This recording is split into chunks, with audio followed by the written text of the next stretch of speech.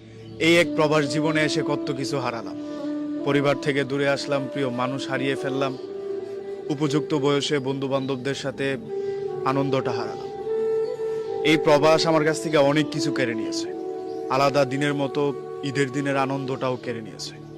একটা ঈদের দিন সকালে ডিউটি থেকে এসে আর কোনো কাজ থাকে না, ঘুমিয়ে যাওয়া, খেয়ে দিয়ে নিজের মতো করে চলাফেরা করা। একটা পরিবার ছাড়া প্রবাসে ঈদ কাটানো কতটা কঠিন সেই ছেলেটাই বলতে পারবে, যেই ছেলেটা পরিবার ছেড়ে কয়েক বৎসর যাবৎ প্রবাসে বসবাস করে। আমরা প্রবাসীদের টাকা হয়, ফ্যামিলির আনন্দটা ভিডিও কলে দেখা হয়, বন্ধু বান্ধবদের সাথে মোবাইল ফোনে কথা হয়, তাদের সাথে থাকা হয় না। শৈশবের ঈদের আনন্দ আর শরীরে মাখতে পারি না, নতুন করে কোনো কিছু ভাবতেও পারি না।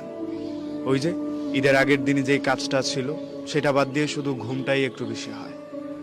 বিকেলবেলা একটু বেরোয় শপিং মলে যাওয়া হয়, এর বাহিরে কিছুই হয় না। যে ছেলেটা 5 বৎসর যাবৎ প্রবাসে পড়ে আছে, তাকে জিজ্ঞাসা করলে আপনি বুঝতে পারবেন মা ছাড়া ঈদটা কতটা সাদা কালো হয়।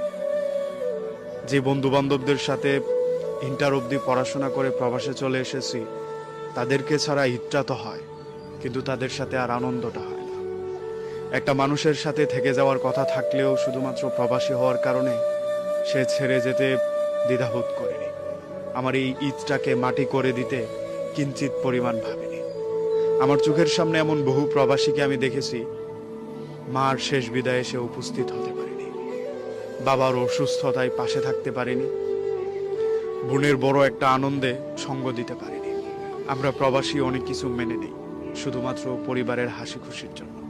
আমাদের এগুলো মেনে নিতে হয়, আমাদের মানিয়েই থাকতে হয়, কারণ আমরা প্রবাসী। আমরা প্রবাসে আছি বলে আমাদের ফ্যামিলি ভালো আছে, তারা হাসে।